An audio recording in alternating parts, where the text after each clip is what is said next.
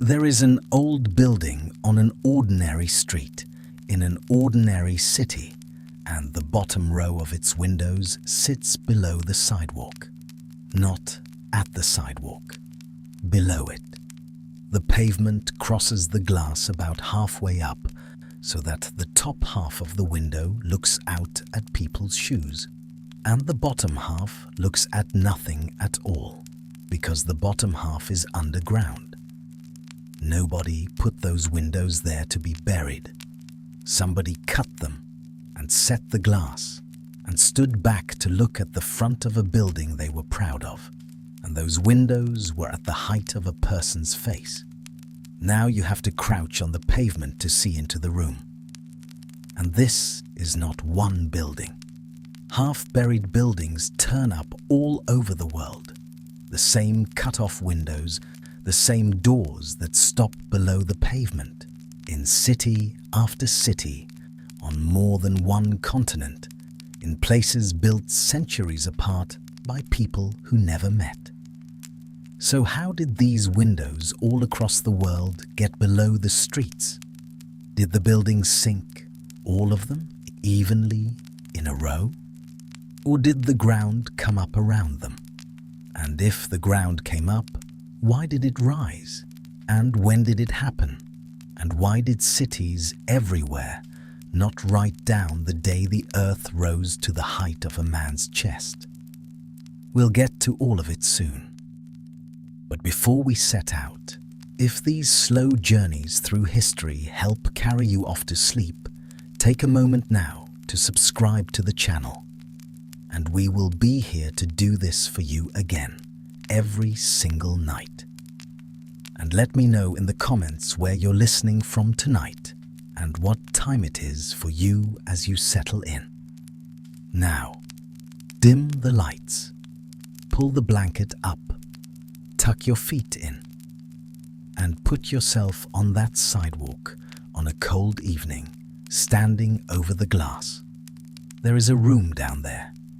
The light from the street does not quite reach the back of it. Somebody used to live in that room, and they used to look out of that window at the street, and they did not have to look up to do it. So let's take an inventory, because the half-sunk window has company, and the list is longer than you would think. There are iron grates set flat into pavements, with light coming up through them from somewhere below. There are little sunken pits in front of basement windows, brick-lined, so that a window that is underground can still be handed a bit of daylight. There are cellar doors in the sidewalk, 2 flat leaves of steel that a delivery man throws open to reveal a staircase going down into a room that is not on any street. There are old houses whose front doors sit 3 steps below the pavement, so the owner has built a little bridge to reach them, which is a strange thing to build on purpose and a stranger thing to inherit. There are cities where you can pay actual money to a tour guide who will walk you underneath the sidewalk, through rooms with shop counters still in them. Now, most people notice one of these, decide it is a quirk of the architecture, and go back to thinking about lunch. That is a reasonable response, and it is how most of us get through the day. But some people notice the second one, and the third one, and then start noticing them in other cities, in other countries, on other continents. And at some point, a person standing on that pavement stops asking what is this basement for, and starts asking a much more uncomfortable question. Because a basement is a room somebody dug. That is what a basement is. It is a hole with a house on it. And what you are looking at, on that street, is not a hole somebody dug. It is a room somebody built, with a window and a door and a decent view. And then the world came up around it, and it became a basement. And here is where the story splits away from the tour guide, because there are a great many people who look at that window and see something a good deal larger than a drainage problem. The belief goes by a name: the mud flood. The claim goes like this: not so long ago, not in prehistory, not before the pyramids, but recently, within the span of written history, a few short centuries back, something covered the ground floor of the world in mud. Not a river flooding a valley, not a bad winter. An event, worldwide, that came through and left a new layer of earth on top of the old one, several feet deep, everywhere at once. And the buildings that were tall enough survived it, and the buildings that were not, did not. That, believers hold, is what you are looking at when you look through that window. You are not looking at a basement. You are looking at somebody's parlor. The dining room is under the sidewalk. The front door of that building, the real front door, the one the architect drew, is under the road, and the door you walk through today is the door to the first floor, which was never meant to be the ground. What we call a cellar was a living room. What we call the street was the roof of the world before the last one. And the people who came afterward, believers say, did not rebuild those cities. They moved into the top halves of buildings they did not build and could not have built, dug out what they needed, paved over the rest, and went on with the business of the century as though nothing had happened. It is undocumented. Nothing in the record says it happened. But it is not a careless story. And if you have ever stood on a sidewalk looking down through somebody's window at a room that used to have a view, you already know why the story has legs. Which raises the obvious question, and the belief has an answer ready. If the world was buried, who was living in it? The answer in this story is a civilization that we have all been carefully encouraged to forget. Believers call it Tartaria, and the way it is described, it is magnificent. A single vast society covering a continent's worth of the map, or more, peaceful, unified, and technically far ahead of anything that came after it. The evidence, as believers present it, is not hidden in an archive. It is standing in your downtown right now. Look, they say, at the buildings.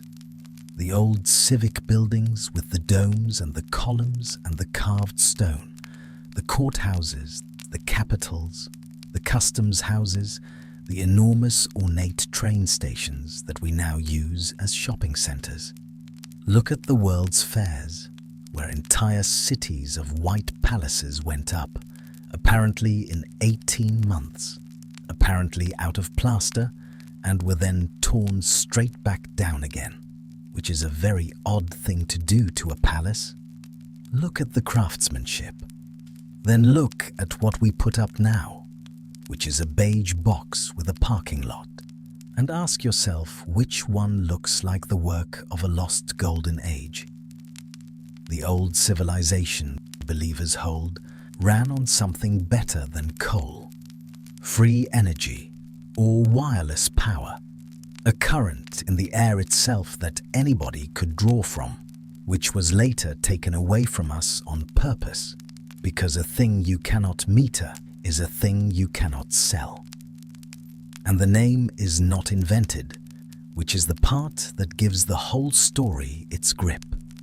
Pull up a map printed a few hundred years ago, and you will find the word right there, in serious cartographer's lettering, spread across an enormous portion of the world. Tartary.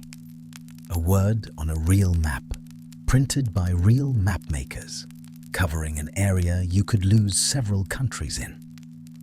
The word was on the map, and then, at some point, the word came off the map.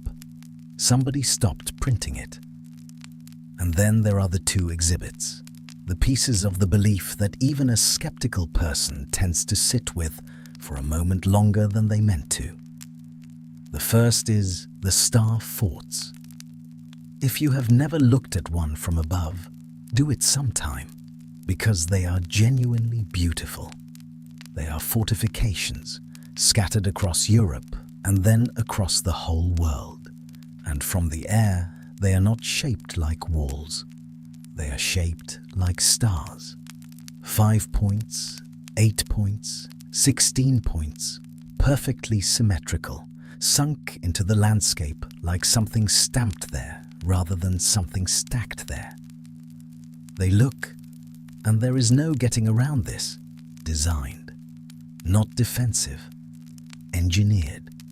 And believers hold that they were never forts at all, that they were machines, energy nodes, waterworks, resonating instruments of some kind, humming away in a grid across a continent, part of the old world's power system, later handed to armies who had no idea what they were standing on and put cannon on it.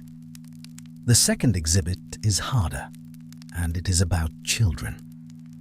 In the reset story, there is a period after the burial when the cities are standing but empty. The buildings are fine. The people are gone.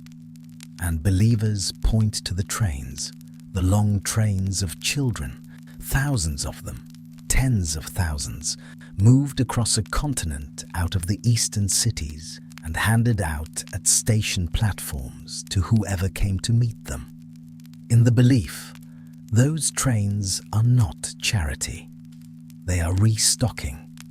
Somebody had a continent full of empty houses and no one to put in them. So the children were shipped in to fill the world back up, and the paperwork was written afterward. That is what the belief holds. It is unconfirmed, and I'll come back to those children, because they were real children, and they deserve better than a walk-on part in somebody's theory. But you can see the shape of the thing now. A buried world, an erased civilization, machines in the fields, and trains full of replacements. So, where would you even start? You would start with the window, not with the empire, not with the trains, with the window under the sidewalk, because that is the only piece of this you can actually go and put your hand on. And you would ask the question that the whole belief rests on, the one everybody skips past on the way to the good part. Never mind whether a lost civilization was buried. Ask the smaller, stranger, more checkable question first. Does the ground go up? Does the surface of a city, the actual level of the earth that people stand on, rise over time? And the answer to that question is yes. Not once, not in one catastrophe, constantly, in every city, on every continent. For as long as there have been cities, the ground under people's feet has been climbing, and it is climbing right now under the chair you are sitting in, and the people who study this have been perfectly open about it for about 200 years, in books that anybody can read. So the belief is right about the strangest part. The world does bury itself. It is only wrong about how. Start with London, because London has been standing in the same spot for 2,000 years and has never once stopped rebuilding itself. And that turns out to be the whole mechanism in one city. Dig a hole in the middle of London. And people dig holes in the middle of London constantly, for foundations, for train tunnels, for a car park, and you do not go down through dirt. You go down through time. The archaeologists at the Museum of London Archaeology, who spend their careers in those holes, describe the core of the city as layers, one pressed on top of the next, like the layers of a cake, and each one is a version of the city that used to be the top. Roman London. Londinium, the first city on that spot, does not sit under a thin dusting of soil. In parts of the city core, Roman material can lie something like 12 meters down, 40 feet. You would have to dig a four-story building's worth of London out of the way to reach the level where a Roman stood.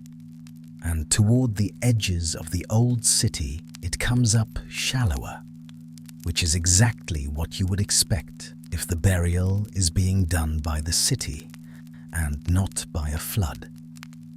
And you can watch the mechanism happen. There was a river running through the middle of Roman London, the Walbrook, and it is not there now. The banks were reinforced.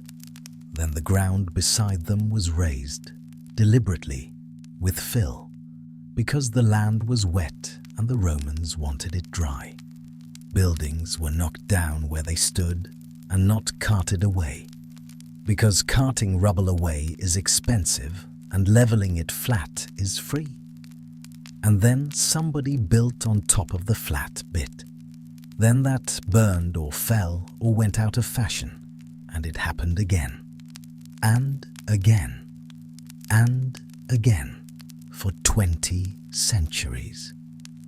That is what makes the layers, not a wave of mud, a very long series of Tuesdays. And the arithmetic is unsentimental. Every generation that has ever lived in London has added a few centimeters to the height of London, which means the surface you walk on today is the newest lid on a very deep box. And every one of those layers, at the time, was somebody's street, with somebody's front door on it at exactly the right height. Rome does the same thing, and Rome does it with mud, which is why Rome matters here.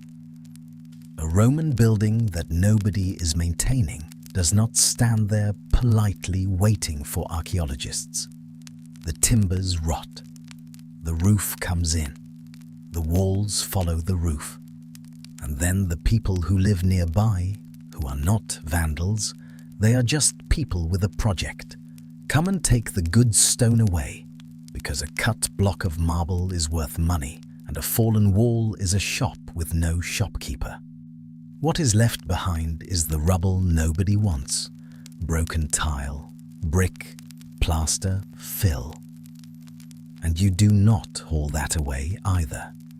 You knock it flat, you spread it out, and you build your new thing on top of it, 3 feet higher than the old thing, and you get on with your life. Then there is the river.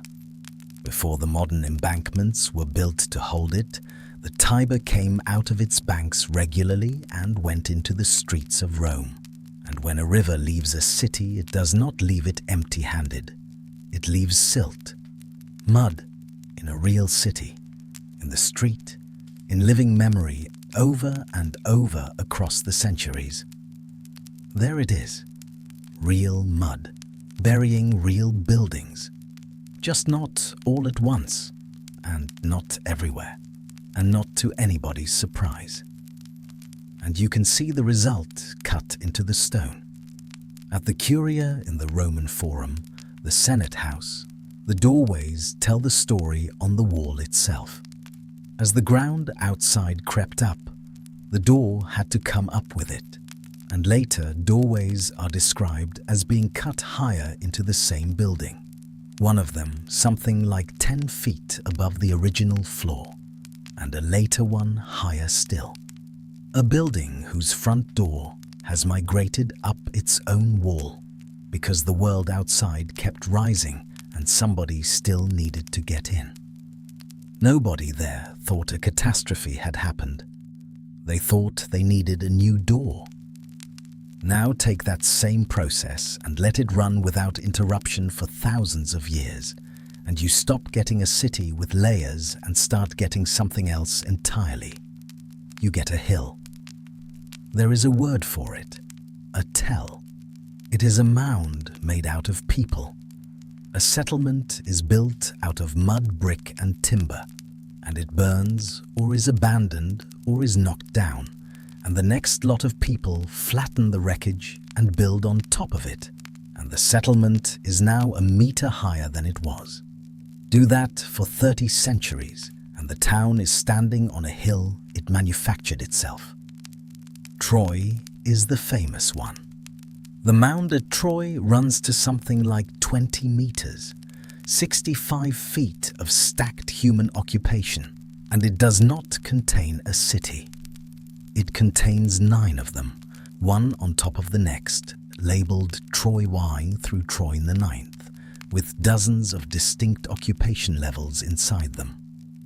9 towns, same spot, each one standing on the flattened remains of the last one, and each one, while it was alive, absolutely convinced it was standing on the ground.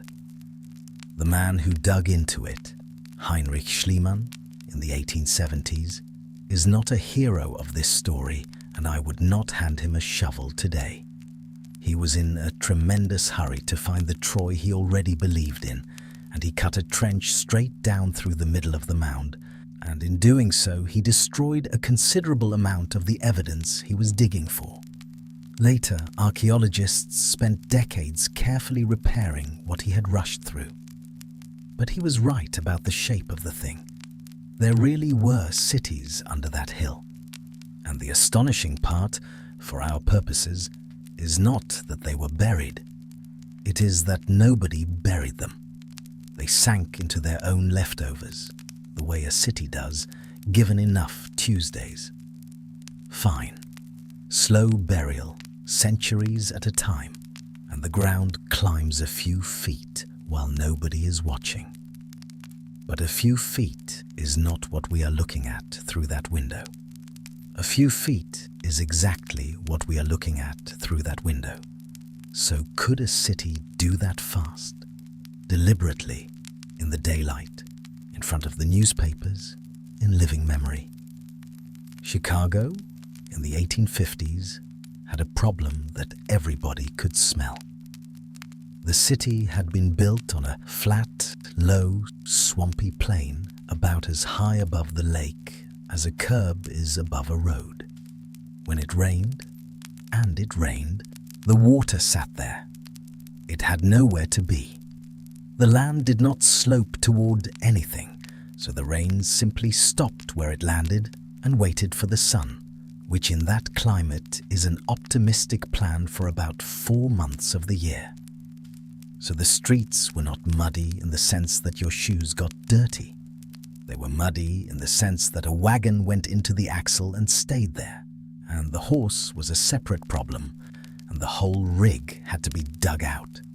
People put up joke signs at the worst crossings, no bottom here, which is the kind of joke you only make about a road you have personally lost property in. And a city standing in still water is a city standing in everything it has poured into that water. There were no sewers to speak of. Waste went into the yard, or into a pit behind the house, or into the street, where it sat in the mud with everything else, and the mud moved slowly enough that it did not so much drain as marinate. Then people drank. The wells were shallow, and the shallow ground was the same ground the waste was sitting in. The lake was right there, wide and cold and enormous, and the city drew its water from it, and also sent its filth out into it, at the shoreline, near where the intake pipes were, which is an arrangement that works perfectly until you think about it for 4 seconds.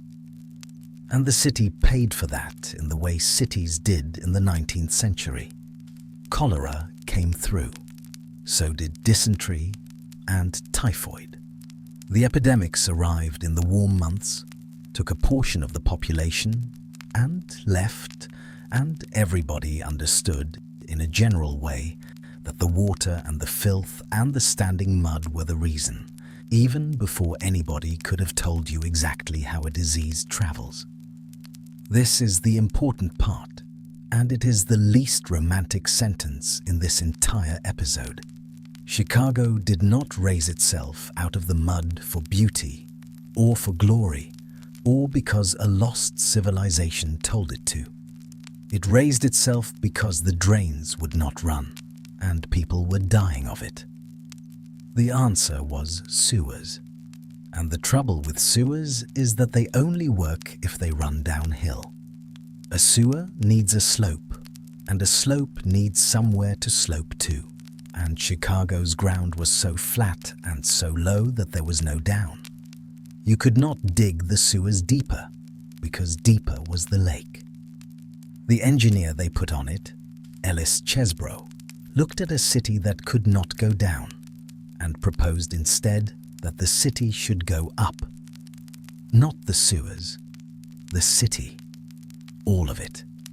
Raise the level of the streets by several feet, commonly given as anywhere from 4 feet to 14, lay the sewer pipes on the old ground, bury them in the new ground, and hand the city a slope it did not have that morning.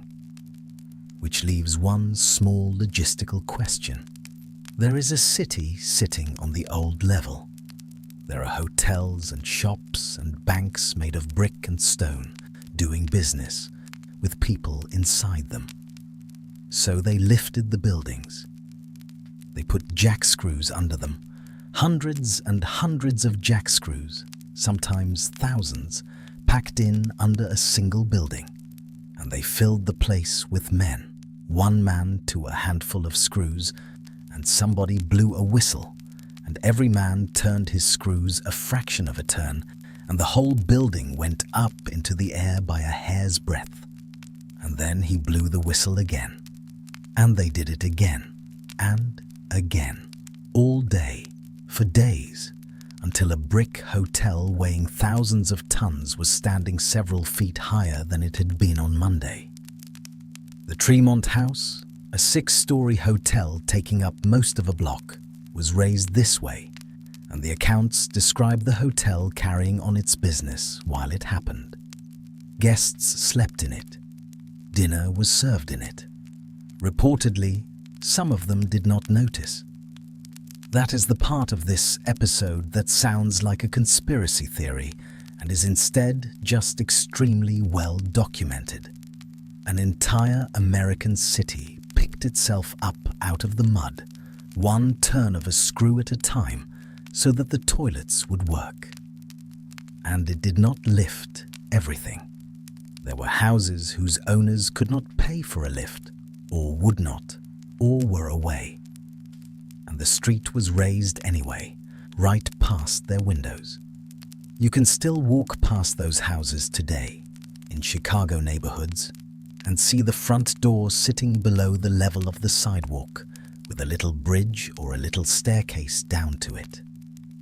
There is your buried ground floor. There is your half-sunk window, and the mud it was buried in came out of a wheelbarrow. And then there is the city that did the same thing, for a different reason, and left the evidence lying around underneath the pavement where anybody can still go and look at it. On the 6th of June, 1889, most of downtown Seattle burned down. A glue pot boiled over in a cabinet shop, and by the end of the day, something like 30 blocks of the city were gone. That is a catastrophe. It is also, if you are a city engineer with a grudge, an opportunity. Because the Seattle that burned had been built on tide flats. It was low, it was wet, it flooded, and its sewer pipes ran out toward the Sound at very nearly the same height as the Sound itself, which meant that twice a day, when the tide came in, the sea pushed back up the pipes, and the pipes gave the city back what the city had just sent out. Their plumbing had a rush hour, and it ran the wrong way. So when they rebuilt, they raised the streets, reported at around 12 feet through most of Pioneer Square and in places closer to 30. They built retaining walls along the old street lines, filled the space between them with earth, and laid a new road on top, one full story above the old one. But the buildings had already gone back up on the old level, in brick, because a burned-out merchant does not sit around waiting for the city to make up its mind. So for a while, you had a genuinely absurd arrangement. A new street, a story above an old street, with the shops still standing down at the bottom, and ladders, actual ladders, for anybody who needed to get from the sidewalk down to the shop. Then they bridged it. They ran the sidewalks out from the new street level to the second story of every building, and where the sidewalk crossed above the old shop fronts, they set little squares of glass into the pavement to let daylight down into the rooms below. And the ground floor of Seattle became the basement of Seattle. The shops became storerooms. The old sidewalks became corridors under the new ones. Whole streets are still down there, with the shop fronts and the doorways and the pale purple glass in the pavement overhead. That is the window. That is the exact window from the beginning of tonight, a room with a decent view, and then the city rose past it, and the view became a wall of earth and a bit of glass at the ceiling. Nobody buried Seattle. Seattle raised itself 12 feet and left its old ground floor down there in the dark, and today you can pay a guide $18 to walk you through it. Which brings us back to the exhibits, and I want to take them one at a time because the true versions are better. The windows. Start with the thing we have been staring at all night, because not every sunken window is a survivor of anything. A great many of them were built exactly where they are, on purpose, by somebody who wanted them there. A cellar is a useful room. It is cool in summer, it does not freeze in winter, and for most of the history of cities, it is where the food lived. The root cellar, the barrels, the things that keep better in the dark. But a cellar full of people working, or a furnace, needs air, and air needs a hole. So you cut a window into the top of the cellar wall, which is below the level of the street, and then you dig a little brick-lined pit outside it so that daylight and air can get down to the glass. That pit has a name, a light well, and an areaway is its bigger cousin, the sunken walk in front of a basement door with the railings around it so nobody steps in. Then there is the coal. Before a truck delivered oil to a tank, a cart delivered coal to a hole. A round iron cover set in the pavement with a chute behind it that ran the coal straight down into the cellar bin so that nobody had to carry a ton of it through the front hall. Those covers are still in the sidewalks of half the old cities in the world, and people walk over them every day without looking down. So before the burial, the coal chute. Some of those low doors and sunken windows are not the ruins of a swallowed ground floor. They are the plumbing of an ordinary house, and they were always underground. The architect drew them that way on a Tuesday afternoon and went to lunch. The star forts.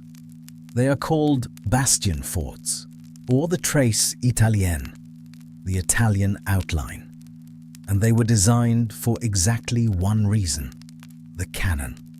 A medieval castle is tall and thin and vertical, which is perfect against a ladder and useless against gunpowder.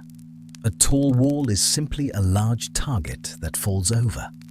So the engineers went low and thick and angled, and they discovered the real problem, which is that a straight wall has a blind spot, the strip of ground directly along its face, where the defenders on top cannot reach and the attackers with the shovels can work all day. The points of the star are the answer to that blind spot. Each bastion sticks out far enough that the men inside it can fire along the face of the wall next to them, sideways, sweeping the ground where the attackers have to stand. Every point covers its neighbor. There is nowhere left to hide against the wall. That is the entire design, and once you see it, the shape stops being mystical and starts being a solved geometry problem, which is why the forts all look alike, from Italy to India to the Americas. It is not one civilization's signature. It is one weapon's arithmetic, and everybody solved it the same way. They look like devices from the air because artillery is a mathematical opponent, and the answer to a mathematical opponent is a shape. The word on the map, Tartary, is real, and it was printed on real maps, and it did not mean an empire. In the European geographic tradition, it was a broad label for an enormous stretch of the world that European mapmakers knew almost nothing about. Central Asia, Siberia, Manchuria, the lands out past the edge of anybody's reliable information. It was not the name a state called itself. It was the name a mapmaker wrote in the space where his knowledge ran out. The word left the maps for the least dramatic reason imaginable. Somebody went there and found out what was actually in it and printed that instead. And the trains. The trains were real, and there were children on them, and that part of the story deserves to be told straight. Between 1854 and 1929, the Children's Aid Society and organizations like it moved something on the order of 250,000 children out of the crowded eastern cities. Orphans, half-orphans, abandoned children, children whose families simply could not feed them, and sent them west on trains to be taken in by farming families.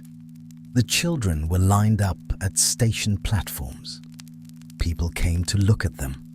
Some were taken into families that loved them, some into families that wanted farmhands, and some were sent back. 250,000 children. It is one of the largest movements of children in the history of that country, and it is fully documented, and it is not a mystery. It is a 19th century society trying, clumsily and with the best and worst of intentions, to solve the problem of what to do with children nobody could feed. There is nothing in the record connecting those trains to an empty world. What is in the record is much heavier than the story people built on top of it. The children were not repopulating anything. They were being given away. Now, none of that is to say that nothing has ever happened to this planet. Something did. It is the best story in this episode, and the belief is welcome to it, except for one detail. Around 12,900 years ago, at the end of the last ice age, the world was warming up. Glaciers were pulling back, the northern hemisphere was thawing, and then it stopped and went backward. In a stretch of time that seems to have been shockingly short, the north slammed back into full glacial cold, and it stayed there for well over 1,000 years. It is called the Younger Dryas, after a little Arctic flower that turns up in the pollen records when the cold comes back. The mainstream explanation is the ocean. The Atlantic runs an enormous circulation, a conveyor that carries warm water north, and if you dump enough cold fresh meltwater into the North Atlantic, say from a collapsing ice sheet, you can slow that conveyor or stop it, and the heat stops arriving, and the North freezes while you watch.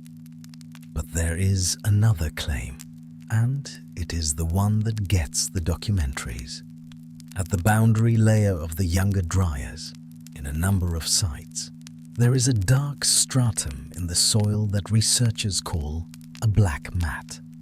And a group of scientists argue that just below that layer, They find markers of something violent from outside.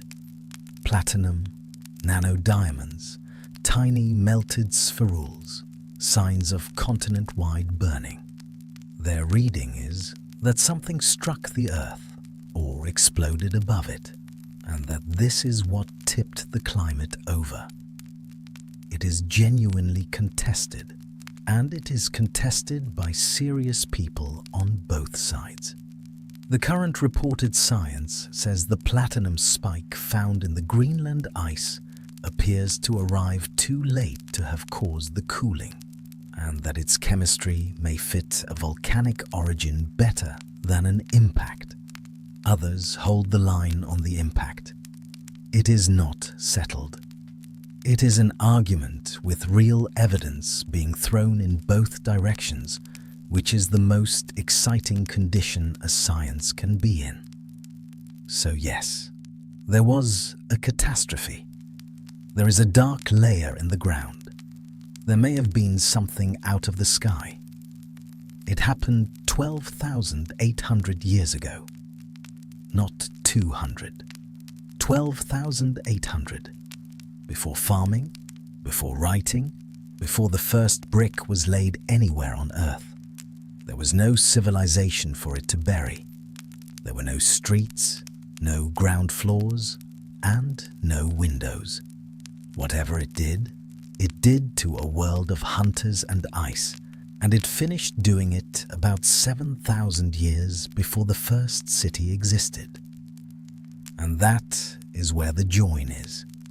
That is the whole thing, and it is worth saying once, plainly. Every tool in the beliefs kit is borrowed from something true. Cities really do bury themselves. Ground floors really do end up underground. A city really did jack itself up out of the mud. A street really was raised a story over the shops. Mud really does come into a city and stay. The word really was printed on the map.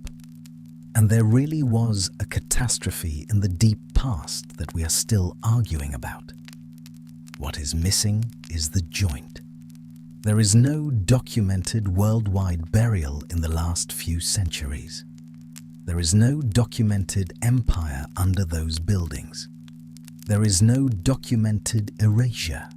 No mechanism by which every archive in every language on every continent lost the same event at the same time, while carefully keeping the tax records.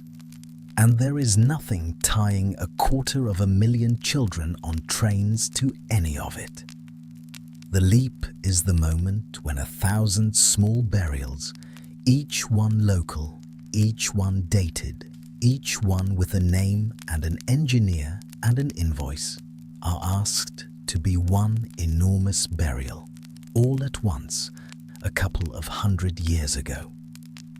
That is the step the evidence does not take, and it is an entirely understandable step to want to take, standing on that sidewalk, looking down at that window. It is just a step that nothing under your feet supports. Because here is the thing about that window, and it is the reason this story will never go away. Half of it is true. The half that is under your feet. The ground is not still. It never has been. It rises. It takes in rubble and silt and ash and the flattened remains of the last version of the street. And it climbs. A few centimeters a generation, patient and completely uninterested in the fact that you have parked on it. It swallows Roman floors and Bronze Age towns, and it will, in time, swallow the pavement you are standing on, and somebody will build on that. And every so often, it is not patient at all. Every so often, a city looks at the mud it is sitting in and puts a 6-story hotel on jackscrews and lifts it into the air with the guests still inside. That old building is still standing on its street tonight. The window is still there, still cut in half by the sidewalk, still looking out into the dark at a wall of earth where a view used to be. And now you know how it got there, which will not stop you looking at it. If anything, it makes it worse. Because the true answer is that the ground came up, and it came up because we brought it, load by load, on purpose, and then we forgot. The earth keeps receipts. That's all. It is just very slow about filing them. Sleep well.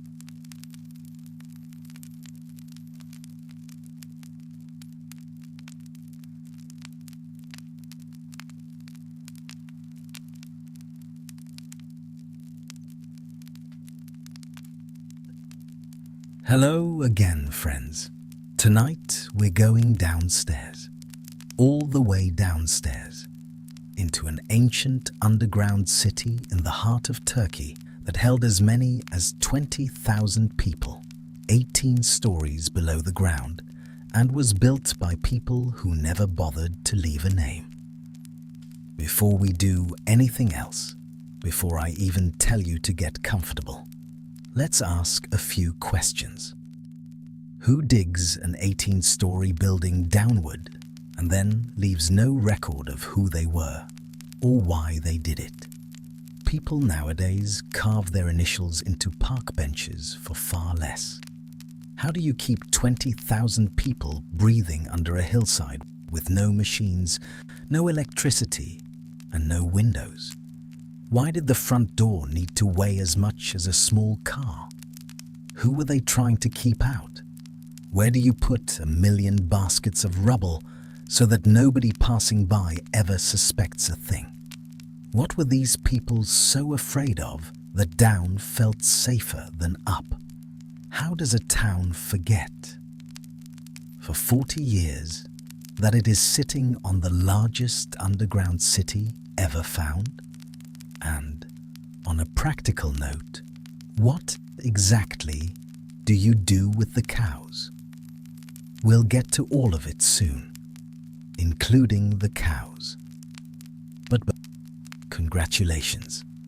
You've just woken up in Cappadocia, in central Anatolia, somewhere around the year 850. You have a wool cloak, a borrowed mule, a letter for a man in the next village, and a road that runs straight across a wide, dry plain under an enormous grey sky. The village is ahead of you. You can see its rooftops. What you cannot see, what nobody passing through here could see, is the other village, the one underground. Because by the time you ride in, calling your hellos, the streets will be empty, the doors will be shut, and an entire town will have vanished into the earth beneath your mule's feet, holding its breath, waiting politely for you to leave. Welcome to Derinkuyu. Try not to take the silence personally. Let's start the story where the modern world starts, with a man, a house, and a home improvement project that was about to become an archaeological mega-event. It's 1963 in the town of Derinkuyu, in the Turkish province of Nevşehir. A local man is renovating his home. We have no idea what his name was, and we never will, but he's still about to go down in history. I want to be honest with you up front, because that's how we do things here. No newspaper recorded him, no report names him, and every version of this story we have was written down decades later. The tour guides at the site will tell you a better version, that his chickens kept slipping through a crack in the cellar and not coming back, and the man, reasonably enough, went in searching for the lost chickens. It's a wonderful story. It is also, as far as anyone can trace it, just a story. Guide lore, polished by retelling, the way all good doorways into history get polished.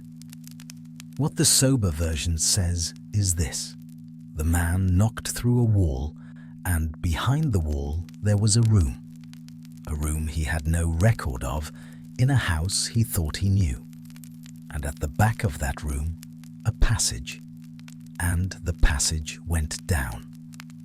Now the renovation itself was going about the same way all renovations go.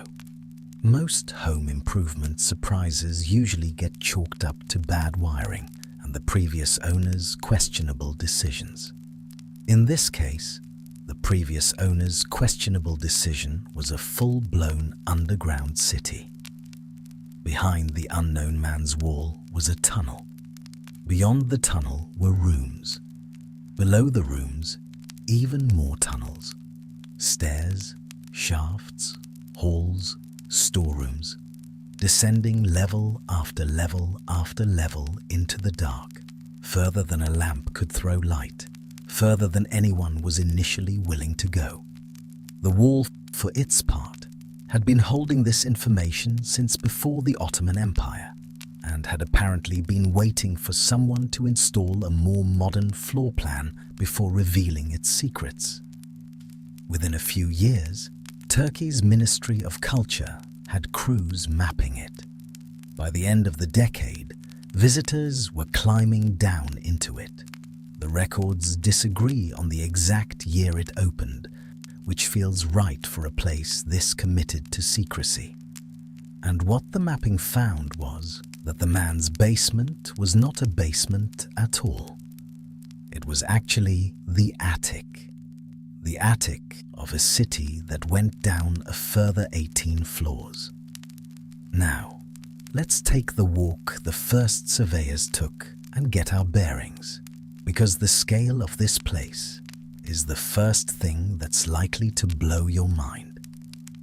Picture those first crews in the 60s, all carrying lamps, measuring tapes, a ball of string, and a completely inadequate sense of what they were walking into. Down the first set of stairs were rooms, reasonable enough. Down the second, halls, store chambers, a stable, less reasonable. Down the third, the fourth, the fifth, kitchens with black ceilings from ancient soot, a well shaft falling away past the lamplight, corridors running out in every direction like sentences with no end. Somewhere around the point where the surface noise stopped entirely, it would have dawned on each of them, personally and privately, that the word cave was no longer doing the necessary work. Caves happen naturally.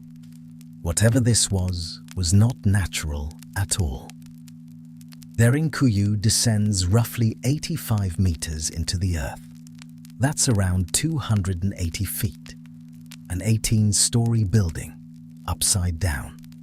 If you stood it on the surface, it would be a respectable tower. But as we already know, they buried it.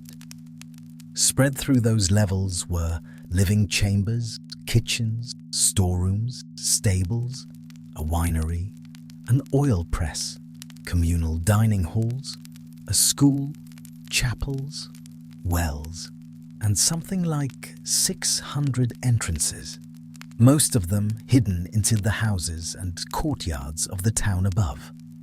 Not one grand gate. 600 quiet doors, cleverly disguised as somebody's cellar, somebody's stable corner, somebody's perfectly innocent storeroom floor. Every book and every article will tell you Derinkuyu could shelter 20,000 people, along with their livestock and their food. It's a famous number. It is also a number that nobody, and I mean nobody, has ever been able to trace to an actual study. No surveyor's calculation, no researcher's name attached. It's a figure that gets repeated because it keeps being repeated, which is the kind of thing that ought to make a careful person's eyebrow rise about half an inch.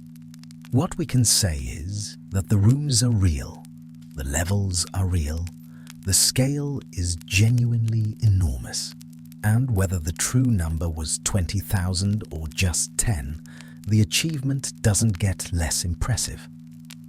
Today, only about a tenth of it is open to visitors. The rest is closed, unexcavated, unlit, or simply not safe to wander around in. Which means the most photographed underground city on Earth is still, mostly, a dark place where no one is allowed to go. To understand how any of this was possible, you have to go back, well before the diggers came along, to the actual landlords.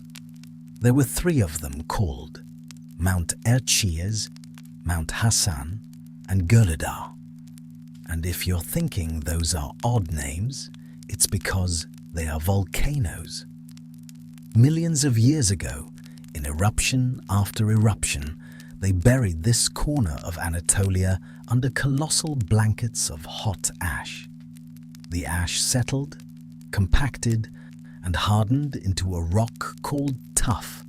And Cappadocian tuff is a peculiar, generous material.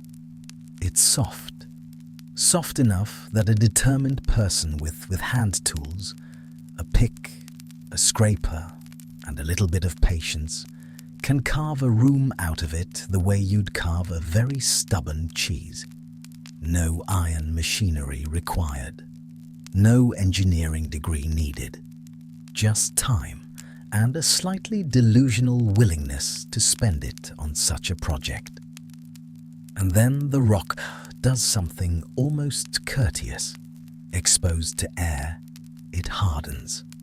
The fresh-cut surface dries, the minerals knit together, and your soft, carvable cheese develops a crust, a tougher skin that holds its shape, which is why tunnels cut more than 1,000 years ago are still standing today without a single support beam. The rock heals around the wound you made in it, and then holds the shape of that wound forever, like the world's most cooperative scar. This is the same geology that built the famous fairy chimneys on the surface, those tall, impossible stone spires that make Cappadocia look like a planet doing an impression of a fever dream. Wind and rain sculpted the rock from above. People sculpted it from within. The volcanoes, having supplied the material, kept a respectful distance and took no further credit. Before we ask who did this, let's sit with the harder question for a minute. How does anyone do this? Because digging down is not like building up. Building up, your materials arrive and stay put. Digging down, every single basketful of what you remove has to travel the other way. Up the stairs you just carved, out a door you're trying to keep secret, to somewhere it won't be noticed. Carve an 18-story city, and you produce a mountain's worth of crumbled stone. And here's the lovely, maddening detail. Nobody has ever found the mountain. There's no great heap of soil squatting beside Derinkuyu announcing that something enormous happened here. Most likely it went onto the fields, a basket at a time, spread too thin for anyone to ever notice. That's just a guess, though. No record actually survives. The builders even tidied up the evidence of building. The crime scene of the construction was cleaned before history arrived. Then there's the matter of planning. There were no blueprints, or at least none survived. And yet the shafts run true through 18 floors. The levels connect where they should. The air flows where it must. You cannot achieve that by enthusiasm alone. Somebody, many somebodies across generations, held the shape of this thing in their heads, in the dark, by lamplight, and handed that shape on to children who kept carving in the same directions. We don't know how they measured. We don't know how they kept the levels from wandering into each other. We know only that they didn't, for 85 vertical meters. There are modern basements with worse alignment, and those came with paperwork. And all of it was done by lamp, which, in a confined and barely ventilated working face, is its own quiet arithmetic. A flame eats the same air a digger does. They budgeted for oxygen the same way builders budget for timber. Patience, precision, and a suspicious knack for secrecy, all sustained across lifetimes. Hold that thought, because it's about to make the next question worse. So, who can we thank for breaking ground, literally, on what was to become such a great architectural achievement?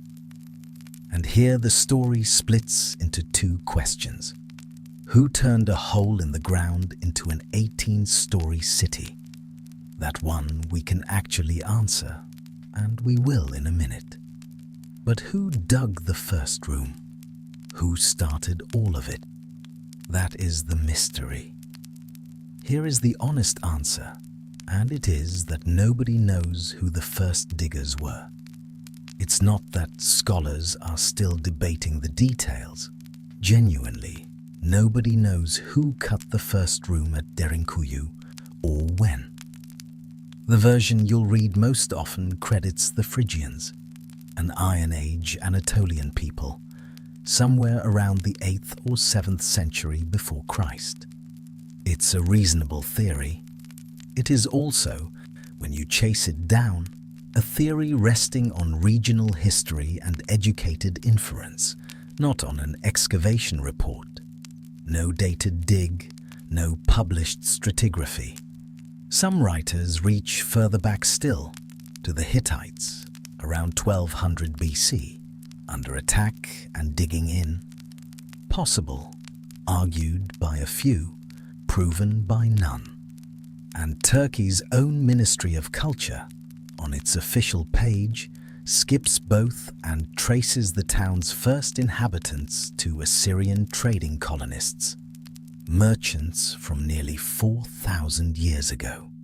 3 official-sounding answers from 3 respectable directions, agreeing on almost nothing. There's even a celebrity witness who usually gets dragged into this. The Greek soldier historian Xenophon, writing around 400 BC, described Anatolian villagers living in houses dug underground. He said, "With a mouth like that of a well, but spacious below, with the livestock down there too, ladders for the people and tunnels for the animals." It's a marvelous passage, and it's real. I'll just note, because accuracy is the house rule. He wrote it about Armenia, a region away to the east. The oldest written description of underground living in Anatolia describes somewhere else. History does this to us constantly. So, whoever began building this underground city never took credit for it. No inscription, no founder's mark. Not even a, "Hey guys, check out this cool hole I'm digging over here." Every other wonder of the ancient world comes with a signature, because every other wonder was built to be seen. This one wasn't. Being known was the one thing this place could never afford. And so the first builders in the story signed nothing, told nobody, and left. So whoever began the digging is still a mystery. Although we may never know who cut the first room, we do know who cut the other 18 stories. And we know exactly why. From roughly the 7th century after Christ, Cappadocia became a frontier. The Byzantine Empire held Anatolia. The new Arab caliphates rode against it, and the wide land in between, farms, villages, monasteries, this plain, became the corridor the armies used. The raids began around 641, and then they kept coming, most summers, for the better part of 300 years. Read that again slowly. Not a war that happened to a generation, a war that happened to every generation, arriving with the warm weather, like the worst migratory bird imaginable. You couldn't fight a passing army. That was the emperor's job, and the emperor was in Constantinople, which had walls. You couldn't flee. The farm was the whole of what you had. So the people of this plain arrived at a third answer, the one that still stuns engineers today. If safety will not come from the sword or the road, dig. The expansion was the work of Byzantine Christian communities, level under level under level, across generations. Chapels appeared down there, Greek inscriptions, storerooms scaled for whole seasons. We picture ancient construction as kings pointing at things and slaves suffering. This was the opposite. Ordinary villagers deepening their own refuge, a basket of rubble at a time, fathers handing unfinished tunnels to sons the way other families hand down a trade. We baby-proof the staircase and call it preparedness. These people raid-proofed a county. So let's run the drill. Let's watch the vanishing act this whole machine existed to perform. The one you rode your mule into at the top of the hour. Picture this. A summer morning on the plain, looking very ordinary in every direction. Bread in the ovens, animals in the lanes, someone arguing with their neighbor about a fence. The immortal soundtrack of village life. Then, on the horizon, the thing every generation here learned to read before it learned letters. Dust. A column of it, billowing in a way that couldn't just be the wind and moving too fast to be blamed on a stampede of sheep. It was riders. Now, we don't have the drill manual. No pages survived telling us who moved first or who carried what. But the underground bunker itself was the emergency response plan, written in stone. 600 entrances, scattered through the houses, meaning nobody had far to run. Stables just under the surface, with wide passages, meaning the animals went down early and easily, not last and panicking. Provisions already below, grain, oil, water, wine, meaning the families fled with their hands free or carrying only children. The architecture assumes a calm, practiced retreat. It was designed around people who had done this before and expected to do it again. The whole town drains downward, lane by lane, house by house, like water finding its level. Last of all, somewhere in a back chamber, the groan of andesite on tuff, as the stones roll across the throats of the city and seat themselves and stop. And then, the part I find genuinely eerie, the riders arrive, and there is nothing wrong with the village except that it's empty. Hearths warm, wells in the courtyards, not a soul, not even a single goat or chicken. Some of them must have known. By the 2nd century of this, surely the raiders knew about the holes. But knowing is not finding, and finding is not breaching. And a man who follows a tunnel mouth down into the dark meets a low passage, a blind turn, and half a ton of stone with a fist-sized hole in it, on the far side of which several thousand people are being very, very quiet. When your world fills with riders, every wall you can build above ground is an argument. Depth is the only answer that ends the conversation. Now to the detail everyone falls in love with, and rightly so, the doors. At choke points throughout the city, stairways, tunnel mouths, the necks between levels. The builders cut huge circular slabs of stone, like millstones stood on edge, 1 meter to 1.5 meters across, several hundred kilograms each, the heaviest ones weighing closer to a furniture removal van rather than a door. They sat in carved slots beside the passage, and when trouble came, the defenders rolled them across the opening, where they settled into place, and the conversation with whoever was outside was abruptly over. And here's the elegant part. The doors could only be opened and closed from the inside. From the defender's side, handholds, leverage, room to work. From the attacker's side, a flat, round, faintly smug wall of stone with nothing to grip. The whole argument of the city condensed into a single object. We are not coming out, and you are not coming in. Better still, the builders carved the doors from andesite, a much harder volcanic rock than the soft tuff surrounding them on the walls, ceiling, and floors. They knew their materials well enough to make the wall yielding and the door unyielding, which is exactly backwards from every castle ever built. Each level could be sealed off on its own. Lose the first floor and the city didn't fall. It simply shrugged, rolled the next stone, and became 1 story smaller for a while. In the middle of most doors, there's a small round hole about the width of your fist, the observation port, a speaking tube, and, when required, something else. A Cambridge scholar named Dawkins, who walked these villages a century ago, collecting their dying Greek dialect, recorded a detail from the old stories. An arrow shot clean through the hole in one of those doors into the man on the other side.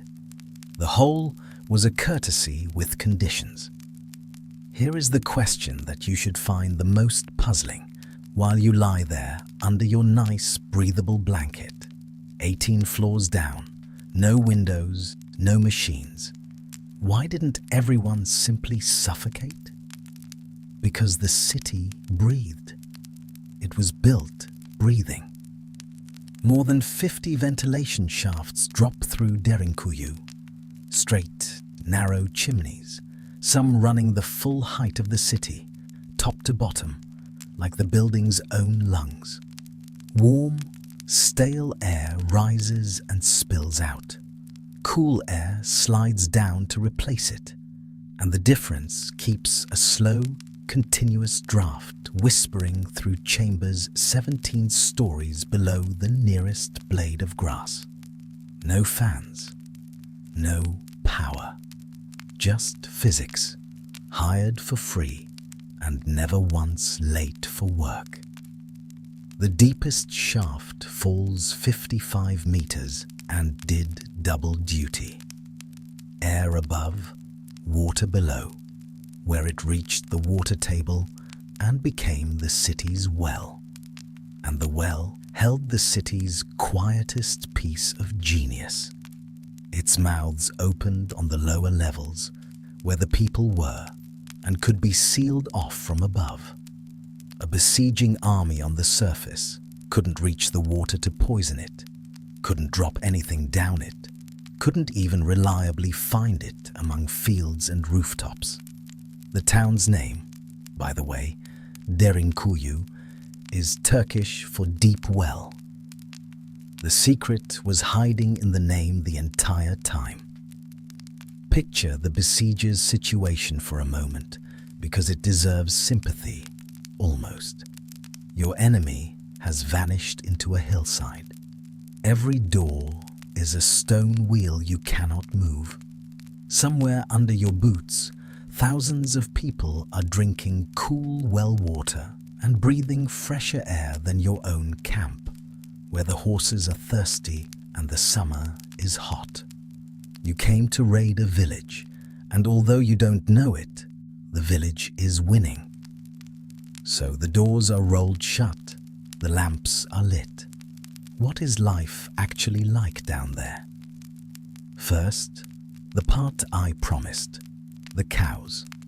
The livestock lived on the topmost levels, just under the surface. And the reasons are so practical you can hear the town elders chuckling at your bewilderment.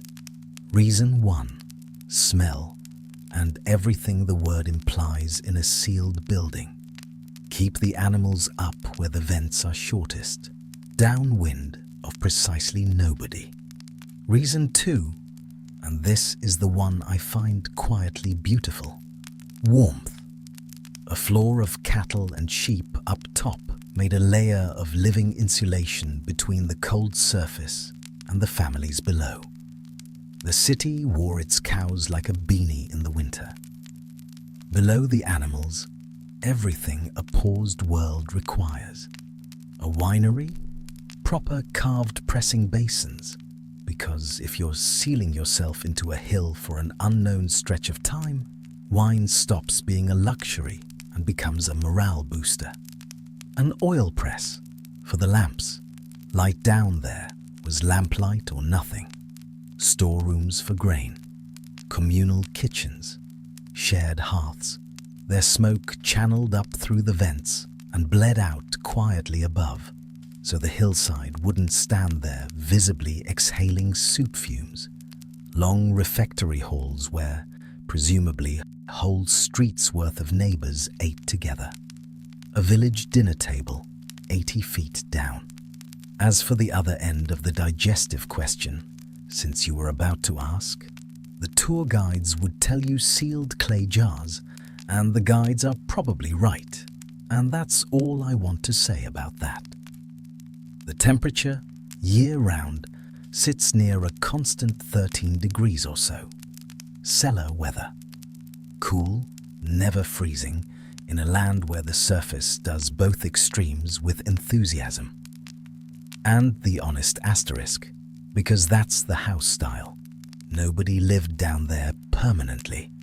This was not a mole civilization. The town, it was called Malakopia then, lived in the sun, farmed, kept bees, argued about ordinary things. The city below was the held breath, not the life. When riders showed up on the horizon, the whole town poured downstairs, sealed the stones, and waited. For weeks, if they had to. The wine cellars say they were provisioned for months. How long was the longest stay? We don't know. There are no records, remember? What we do know is the design assumed patience, and the design was used for a very, very long time. Down at the bottom of the visitable city, past the kitchens, below the storerooms, on the deepest level tourists ever reach, there is a church. It's carved in the shape of a cross, not decorated with one, shaped like one. Two long, vaulted halls crossing each other, cut as a single piece out of the living rock, roughly 25 meters end to end. Nothing about it is accidental. Somebody planned a cathedral floor plan in absolute darkness at the bottom of an inverted 18-story building, and then removed every cubic inch of stone that wasn't church. Think about what it means that it's down there, the deepest point, the last refuge behind the last door, when everything above you has gone wrong. Raiders in the upper levels, stones rolled, the whole town sealed and silent in the dark. The place the builders prepared for you is a sanctuary. The bottom of their world was an altar. Whatever you believe, lying there in your bed tonight, there is something steadying in that. People under more pressure than we can readily imagine, deciding that the foundation stone of survival was hope and carving it accordingly. Higher up, on the second level, there's a long barrel-vaulted hall that the guides, and Turkey's culture ministry call the missionary school, with little study rooms opening off it. Was it truly a school? The vault is real and rare. The label is tradition rather than proof, and I'll flag it as such. But it would fit. Sealed in a hill with your whole town and all of your children, you would want somewhere for the children to be. Possibly somewhere with a door you can close behind you. Some truths about parenting are constant across 12 centuries. Here's where I level with you about what the record holds and what it doesn't. We have the rooms. We don't have the voices. Nobody who sheltered in Derinkuyu wrote down what a night inside was like. Or if they did, it hasn't survived. History kept the architecture and lost the diary, which is history's most reliable habit. So everything tender you'll ever read about life down there, the murmur of prayers through tunnels, children learning to walk in lamplight, the particular sound of 1,000 families being quiet together. All of it is imagination, mine included. The honest inventory is smaller and stranger. We know the lamps existed because the niches and the oil presses survive. We know where people slept only roughly, and not who slept where. No family's name attaches to any room. Were children born down there in the long stays? Almost certainly across centuries of use. And not one such birth is recorded anywhere. We know they were organized. A city this coherent doesn't happen to a mob. But no roster, no census, no record of a single individual among the thousands survives from below. Not one name in 12 centuries of use. A whole civilization's worth of patience, and the patience is the only signature they left. What you can do, tonight, in the dark, which is the correct laboratory for this, is the simple human arithmetic. Footsteps on stone, lamp shadow on a curved wall, the draft from a shaft you can hear but not see. Somewhere above, muffled beyond 18 meters of rock, weather. It would have been frightening at first, then ordinary. Humans can make anything ordinary. It's our most underrated talent. And then, eventually, it begins to feel safe. The dark that hides you stops being the dark you're afraid of. Now widen the picture, because Derinkuyu, impossibly, is not unique. It isn't even rare. Across this one Turkish region, more than 200 underground settlements have been found. 200, at least 2 levels deep, with around 40 going 3 levels or more. The plains are honeycombed, whole villages with second secret shelves. Derinkuyu is simply the deepest and grandest we've opened. The one that got famous because one wall in one house happened to come down in 1963. Statistically speaking, there are many more walls hiding secrets.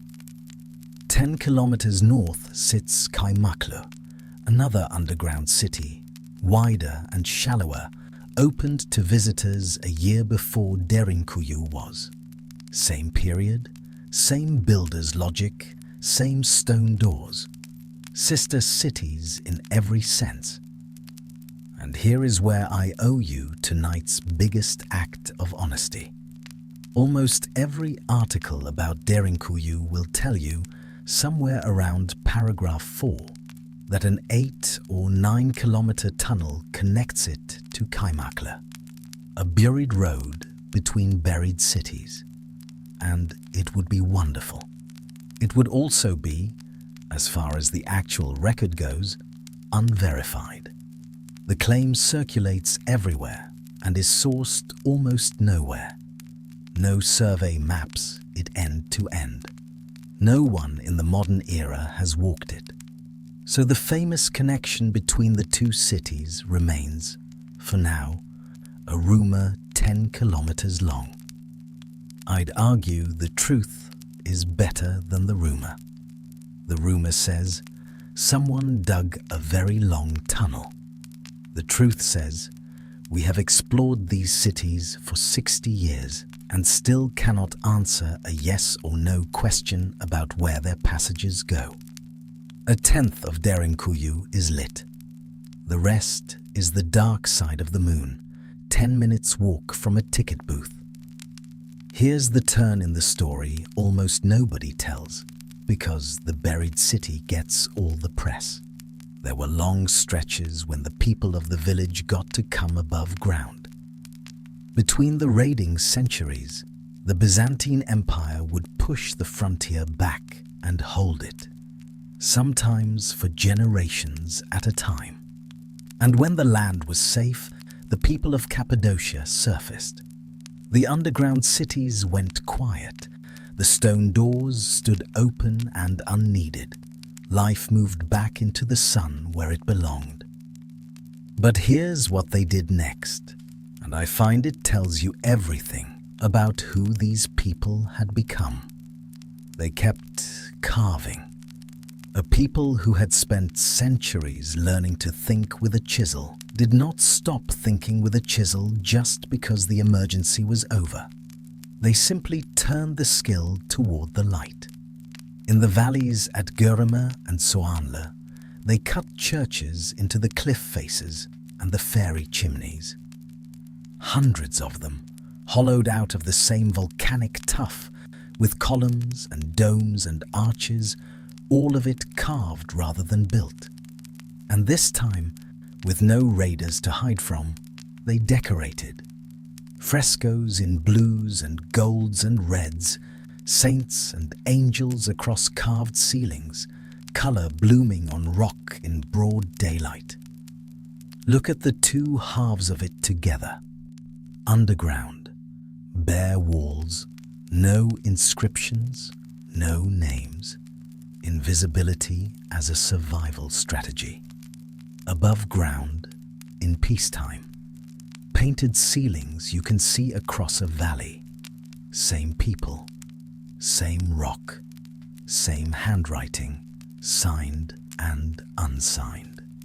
The underground city is what their skill looked like when they were afraid.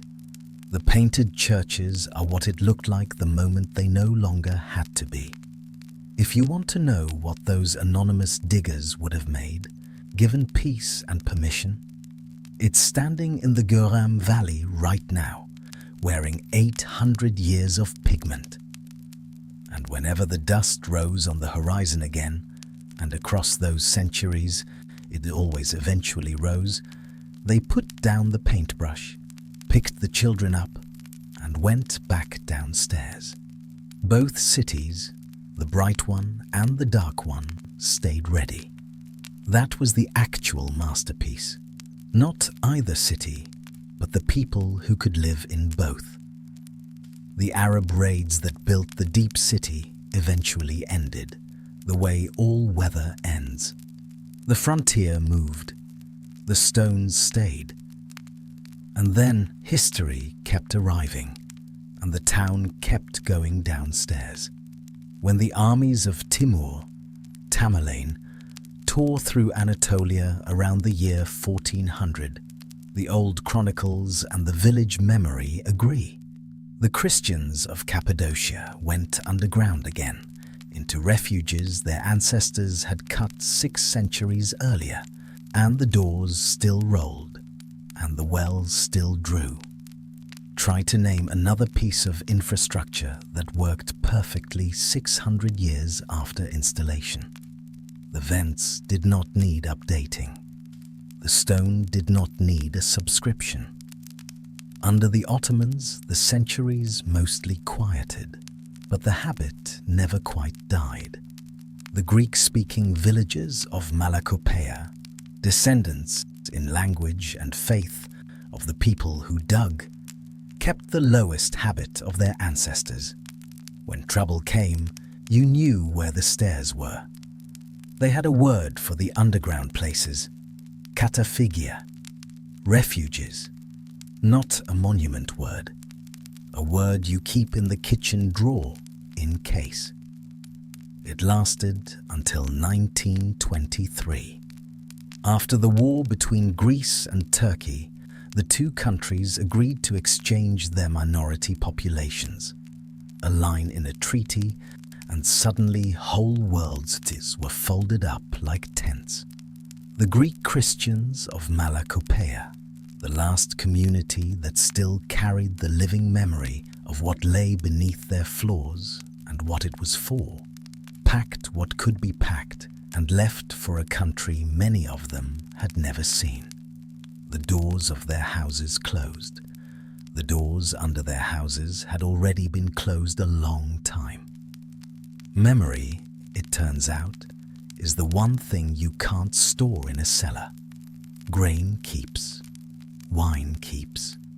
The knowledge of what the doors were for went where the people went, onto the ships in 1923. Now, before we get to the forgetting history part, and the forgetting history part is coming, I want to show you the strangest footnote in this whole affair. Because the knowledge didn't vanish all at once. Before the last people who carried it left, a stranger with a notebook wrote it down, in English, through a university press. And then it sat on library shelves for 47 years, while the world forgot the thing it said.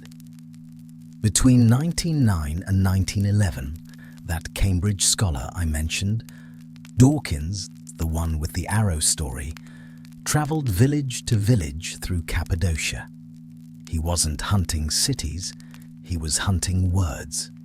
The Greek spoken in these valleys was ancient, isolated, and dying, and he wanted it on paper before it went. So he sat with the villagers of these towns, Cahokia among them, and wrote down their language, and along with the language, inevitably, came the life, including the fact, which he recorded and published in 1916, that the Greek villagers of this region kept underground refuges, the catastrophe, and had sheltered in them from trouble within living memory. Now line the dates up, because this is the part I genuinely cannot get over. 1916. The underground refuges of Cappadocia are described in print in a Cambridge University press book that any library could order. 1923. The villagers leave and the living memory goes with them. 1963. A man knocks down his cellar wall in Derinkuyu and the world is astonished. Surveys, ministries, headlines astonished by a discovery that had been available in English in university libraries the whole time.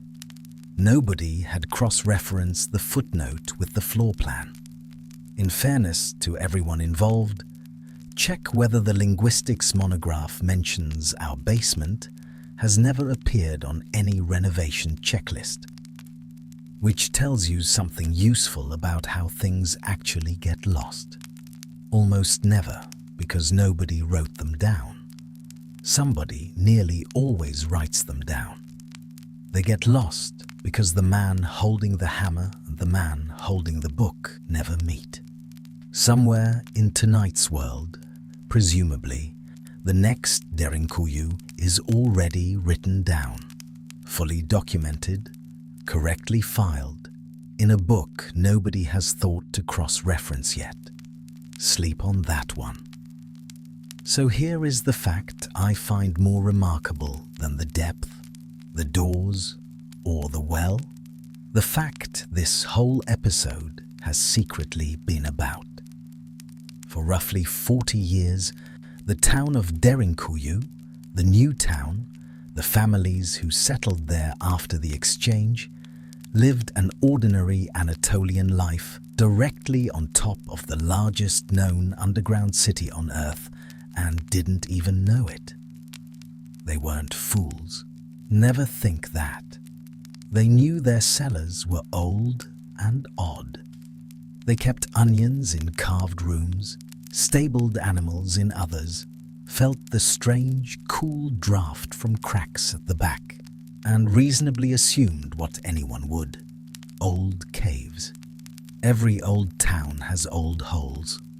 Nobody looks at the back of their own cellar and thinks, could this be the entrance to an ancient, forgotten underground civilization? The surface of the deep city simply went on working. As storage, as it had always partly been, while the 17 floors beneath it slipped out of human knowledge entirely.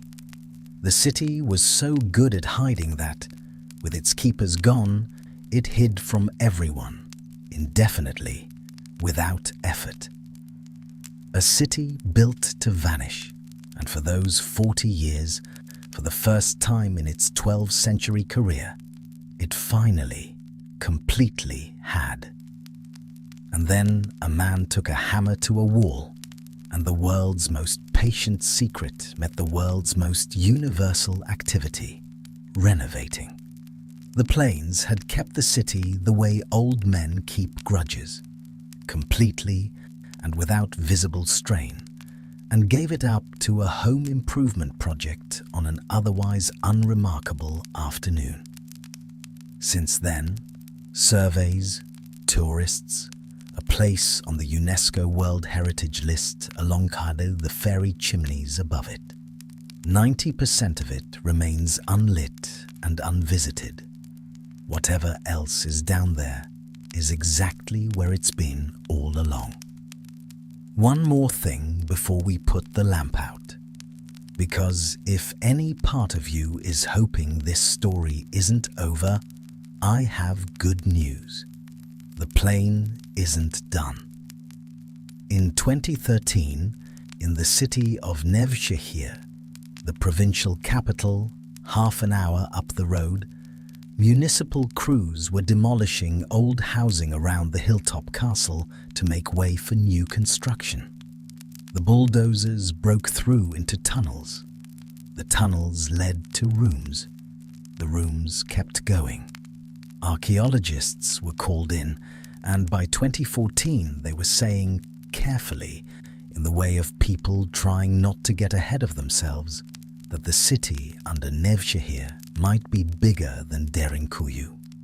Bigger, if you can believe it, found the same way, by accident, from above, by people who were trying to do something else entirely. Twice now, in living memory, Cappadocia has produced an entire lost city because somebody disturbed the ground at the right spot. 200 underground settlements confirmed, and the true count, well, nobody will commit to a true count. Every old town on this plain sits on old rooms. Every old cellar has a back wall. And the region has a now established habit of keeping 18-story secrets through sheer geological calm. Somewhere out there tonight, on that plain, is a wall with a city behind it that nobody has asked about yet. The discovery scoreboard so far reads, found by renovation, 1.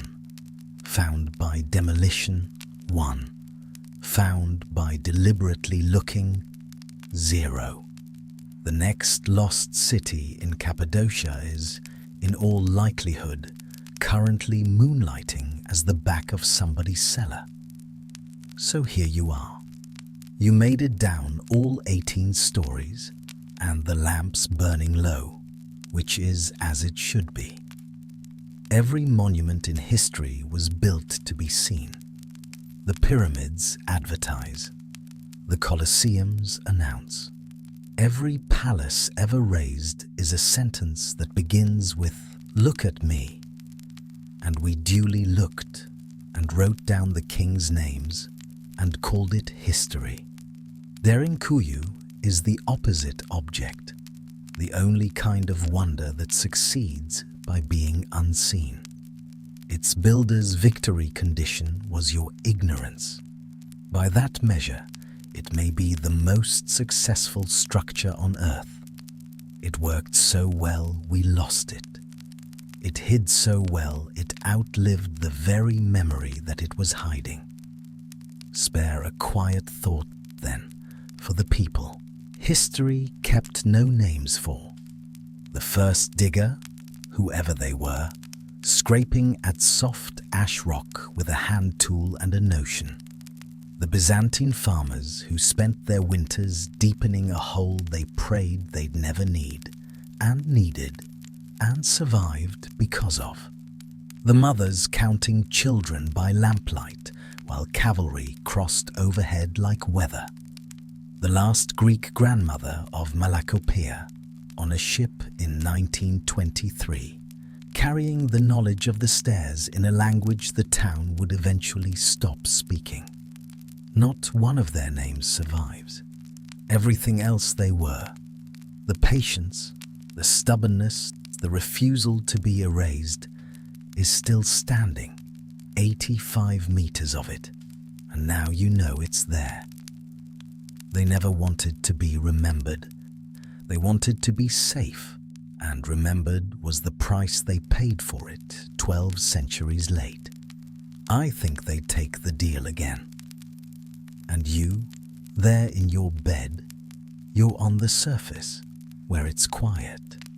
No riders on your horizon. Your doors are lighter than half a ton and lock all the same. The only thing under your floor is floor. You are, by the standards of everyone in tonight's story, almost unimaginably safe. Safe enough to spend an hour underground for fun and fall asleep there. So let the lamp go out. The stone doors are rolled shut.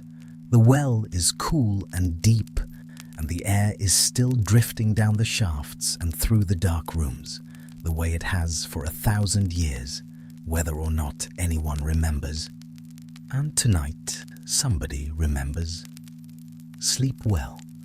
You made it through.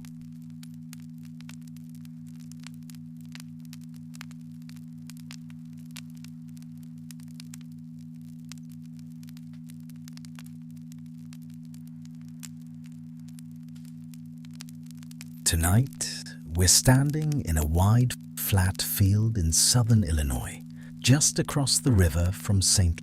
Louis, looking up at a hill that should not be here. It's about 10 stories tall. Its sides are grass. Its top is flat. And every basket of earth inside it was carried to this spot by hand, by people born about 1,000 years ago. This is the largest thing ever built out of earth in the ancient Americas. And around it, once, stood a city. The biggest city anywhere north of Mexico, for centuries. Tens of thousands of people lived here. They farmed corn, they fished the river, they played games in a plaza the size of dozens of football fields, and they raised more than 100 earthen hills out of this floodplain. And then, over a couple of slow generations, they left. The houses came down. The plaza went to grass. And by the time the first European maps of this valley were drawn, the people who could have explained the place were long gone. And the rest of the world decided, wrongly, that it was a mystery who had built this place at all. So here are the questions we're going to lie here and turn over tonight. How does a city this big appear, almost all at once, on an empty stretch of river? What was it actually like to live an ordinary afternoon inside it? Why, in the end, did everyone decide to walk away? And why did later arrivals find it easier to invent a story around it rather than admit who really built these mounds? We'll get to all of it soon. Although you've probably never heard of it, this place has been here for 800 years. So there's no rush tonight, and it can certainly wait for us to get comfortable. And put yourself there, on the floodplain in the late day. Flat grass underfoot, a lazy brown river off to your right, wood smoke somewhere on the air, and a green mountain in front of you that many pairs of hands carried here, one load at a time. Let's start with the size, because the size of this place is the first thing that's hard to believe. At its peak, around the year 1100, this city covered something like 4,000 acres. Estimates of how many people lived here vary, but the usual range is between 10 and 20,000.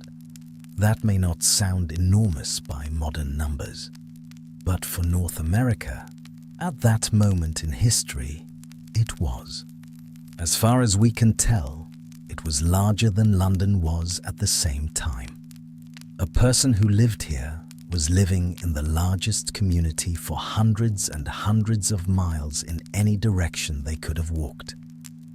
And it wasn't only what's protected today. The site you can visit is the central core. The full ancient landscape, what archaeologists now call Greater Cahokia, sprawled much wider, with more mound groups spreading out across the river bottoms, in places that are now St. Louis and East St. Louis and other towns nearby. Many of those outer mounds were flattened over the last 2 centuries to build the modern cities before anyone thought to protect them. So when we talk about Cahokia, picture something bigger than the park. Picture a whole inhabited region with this one place as its capital. In that core, there were about 120 mounds. Some were flat platforms with buildings on top. Some were low ridges. Some were rounded. And one, the grass mountain we're standing under, was the giant.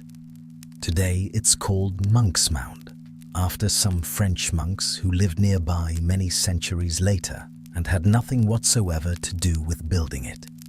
It rises about 30 meters. It climbs in 4 broad terraces, like enormous steps. And on the very top, once, stood a large building, looking out over everything. Here's the thing to hold on to, because it gets pictured wrong constantly. This is not a stone pyramid. There is no cut stone here at all.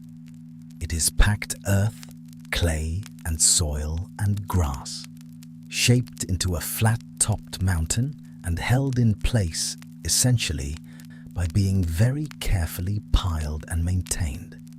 People sometimes imagine something Egyptian or something Maya, all dressed stone and sharp, clean edges. It was none of that. It was earth, which, if anything, makes it harder, not easier, because a 30-meter heap of soil does not want to stay standing. Keeping it up there was its own slow kind of engineering. We don't know what these people called this place. We don't know what they called themselves. The name Cahokia comes from a different group who lived in the area much later, long after the great city was already gone. And we've simply borrowed it, because we have nothing else to call it. So everything we say tonight, we say about a city whose real name was one of the things it took with it. Now, cities usually grow slowly. A village gets a little bigger. A market does well. A road brings traffic. Over a couple of centuries, you've now got a town, and maybe, eventually, something more. Cahokia was different. For a long time, The people of this floodplain lived much the way the wider region did, in scattered villages, farming a little, fishing, getting by. Corn had become a serious crop here by around the year 900. People were settled. Life was, as far as we can tell, fairly ordinary and had been for generations. And then, around the year 1050, something changed, and it changed fast. Archaeologists actually have a nickname for it. They call it Cahokia's Big Bang.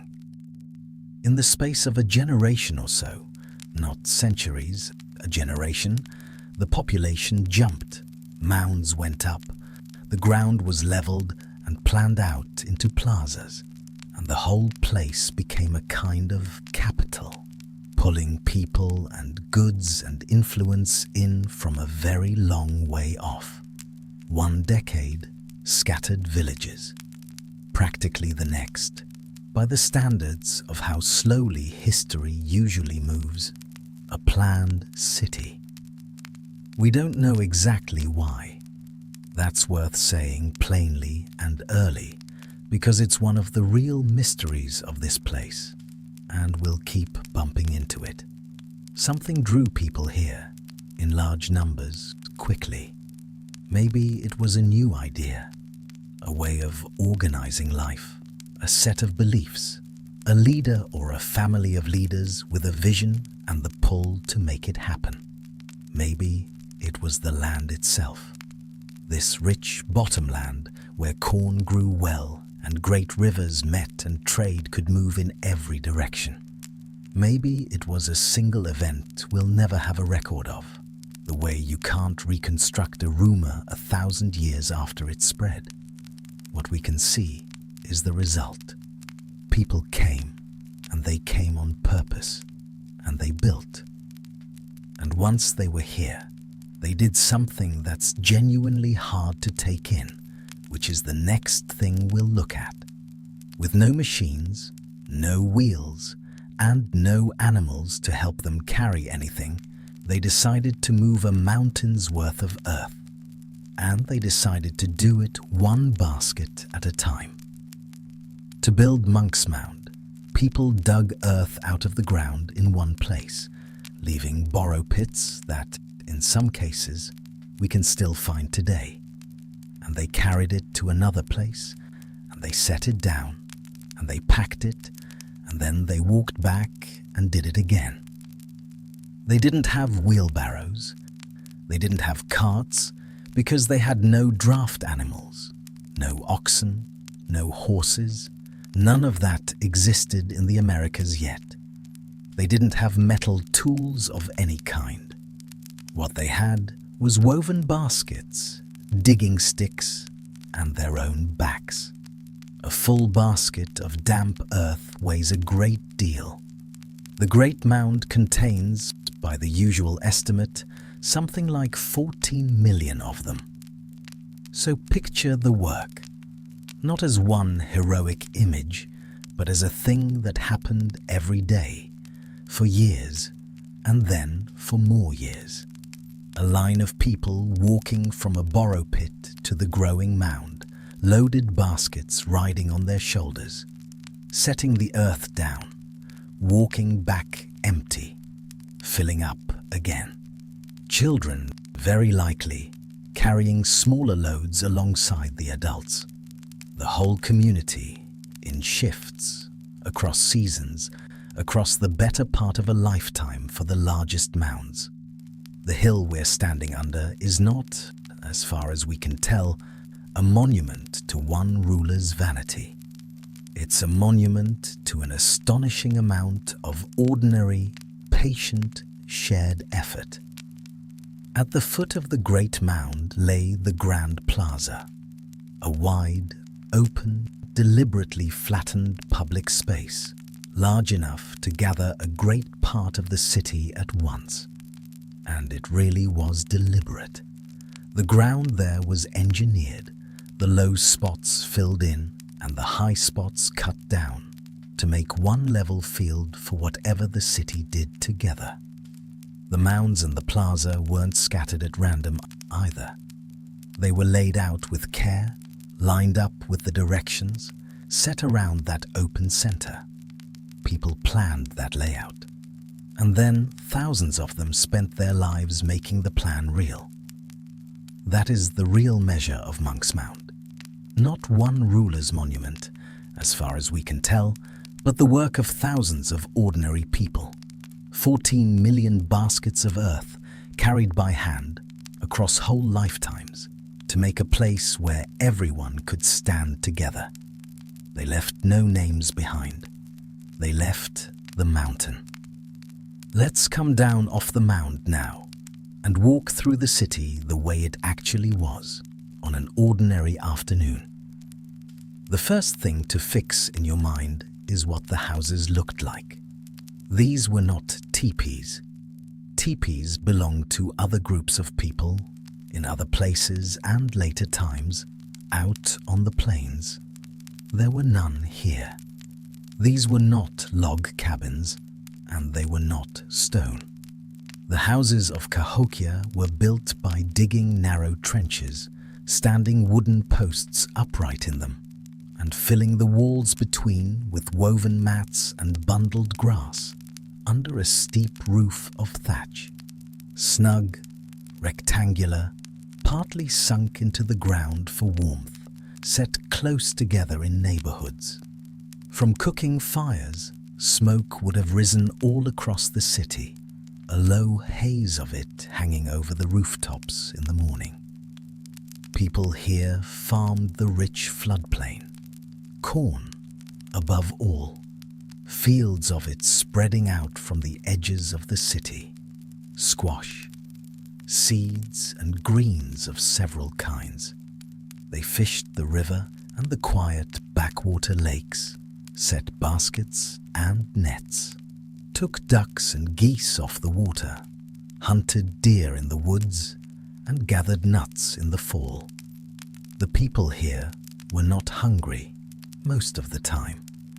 It was a place that grew enough surplus to feed thousands of people who weren't farming at all, because those people were doing something else. Cahokia had many specialists. People who worked shell, grinding and drilling small beads out of seashells that had traveled hundreds of miles up from the Gulf Coast. People who worked copper, hammered thin and bright, brought down from the Great Lakes. People who made pottery, including a particular dark, sharp-shouldered, finely marked style we now call Ramey incised. The good pottery, the kind with meaning worked right into the surface of it.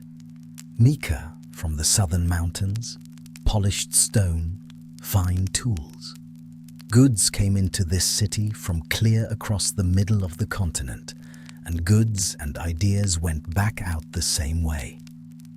So stand in a neighborhood lane in the late afternoon and just be here a moment. Thatch roofs close on either side. Packed earth underfoot. The smell of wood smoke and cooking corn. A dog barking somewhere.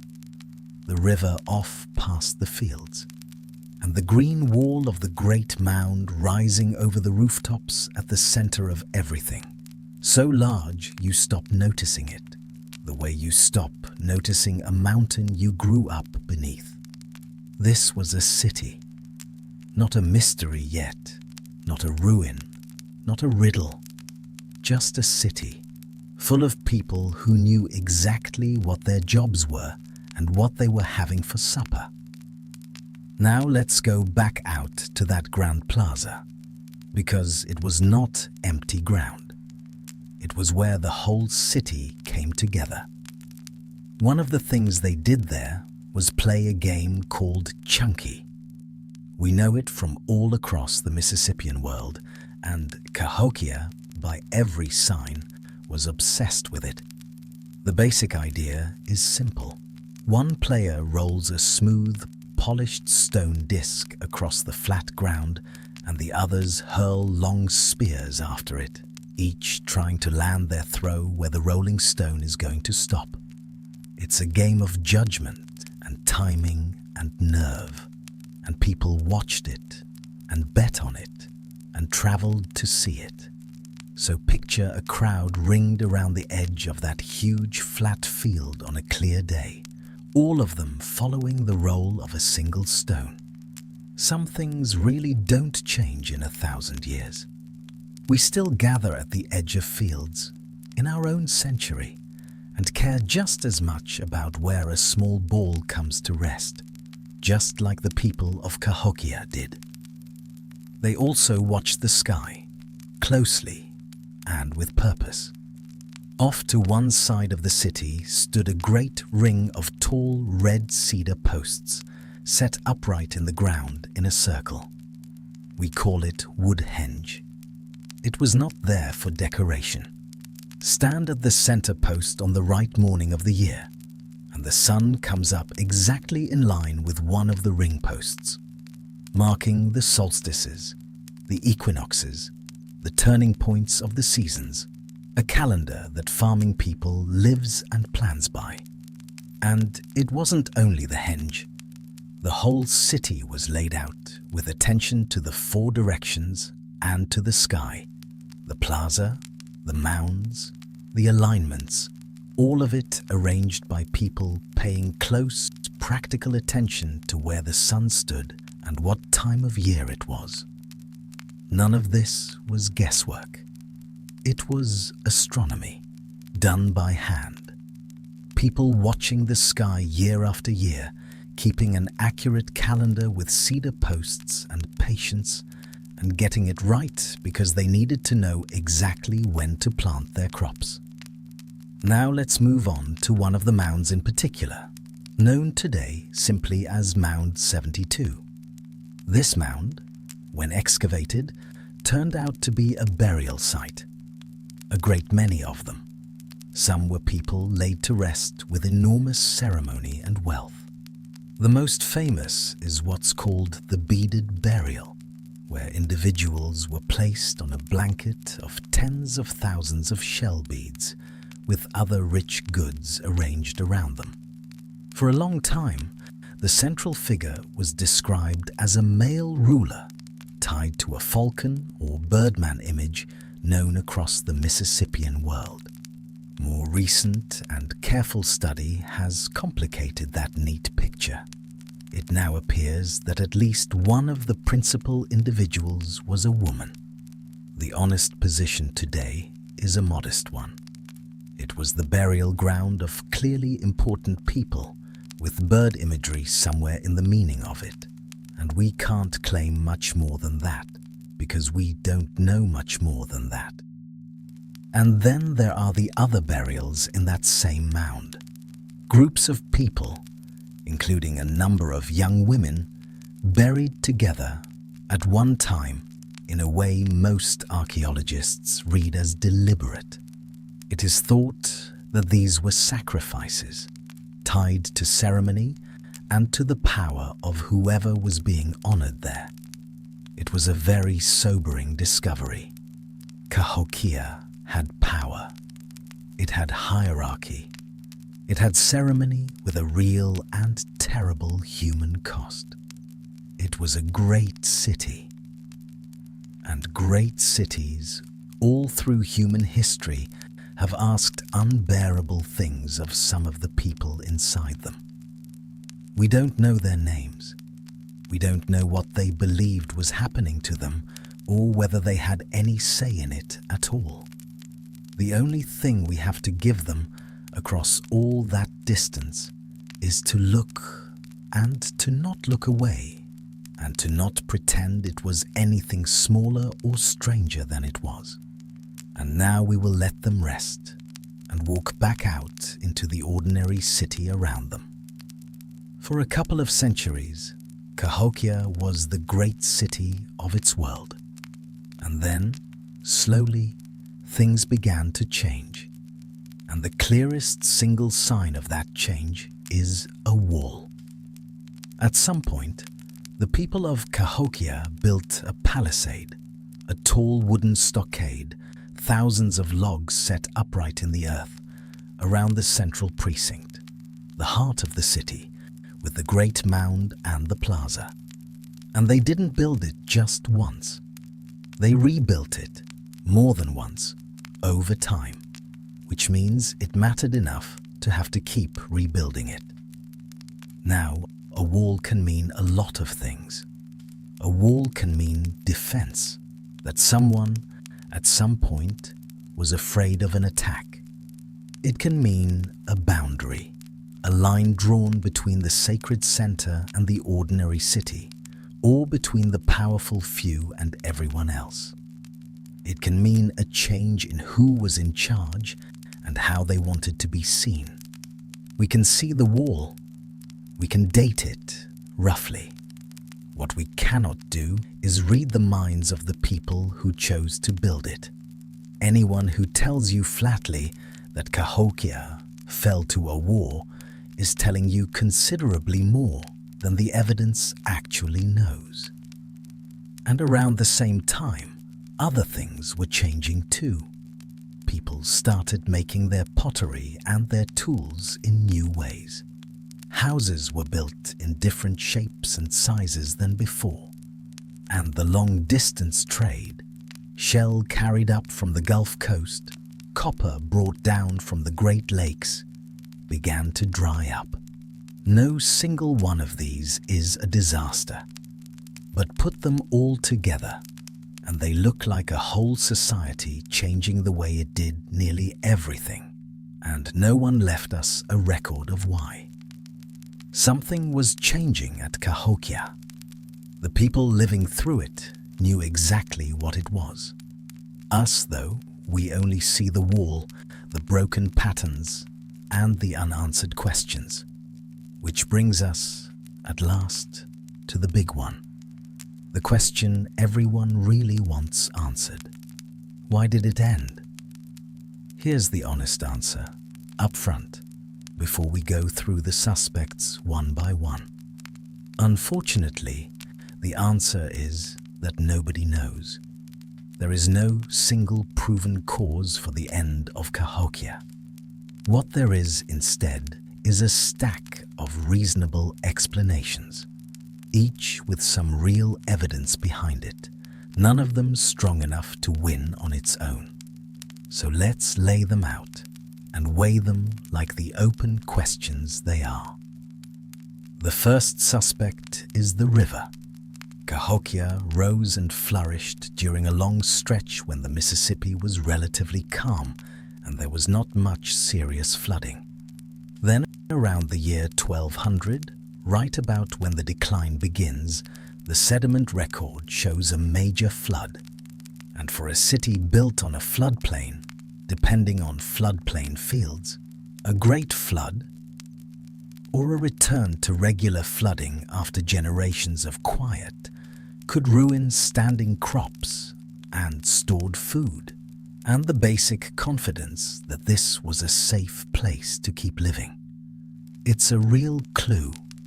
It is not, by itself, a verdict. The second suspect is drought. Other research, reading the old climate out of the mud at the bottom of nearby lakes, points to a drying trend. Less summer rain across the same period the population was falling. Less rain means less corn, and a city of 20,000 people runs on corn. Again, a real pressure, a real clue, but again, not proof of a single clean cause. You'll notice that those first two suspects, flood and drought, sound like opposites. Too much water, and then not enough. That isn't a mistake or a contradiction. The climate record doesn't arrive in tidy, single stories, and a city can be squeezed from more than one direction across a couple of hard generations. The third suspect is the people themselves. Politics, in the broad sense. Think back to that wall and to the changing crafts and houses we just talked about. Those are the signs of a community under some kind of internal strain. Maybe what undid Cahokia wasn't a flood or a drought at all, but something between people. A loss of trust, a struggle over power, a falling out we'll never have the details of. Because a city is, when you get down to it, an agreement. It holds together for exactly as long as enough people keep choosing to stay and keep choosing to do their part to run it. And people can also, over time, simply stop agreeing. There's a fourth idea you may well have heard, and it's worth correcting, because for years it got told as plain fact. The story went like this. The Cahokians cut down too many trees for firewood and for those thousands of heavy palisade logs, and so they wrecked their own land, brought on erosion and worse flooding, and doomed themselves. It's a tidy little morality tale, and it has a clear villain, which is part of why people liked it. But more recent work actually went looking for the physical evidence of that self-inflicted collapse and found very little of it. So we should hold that one loosely or set it down altogether. The land does not appear to have punished Cahokia for cutting wood. And a fifth, which we mention only to cover all of our bases, is disease. It's possible that illness played some part. But for Cahokia, in these particular centuries, that's a guess without solid evidence behind it, and we'll treat it honestly as a guess and move along. So, flood, drought, the slow failure of a great shared agreement, resource strain, probably overstated, and maybe other things we'll never get to name. The truth is almost certainly not any one of these alone. It's several of them, braided together across decades, which is a good deal less satisfying than a single villain, and a good deal more like the way real things usually end. However it happened, it did not happen all at once.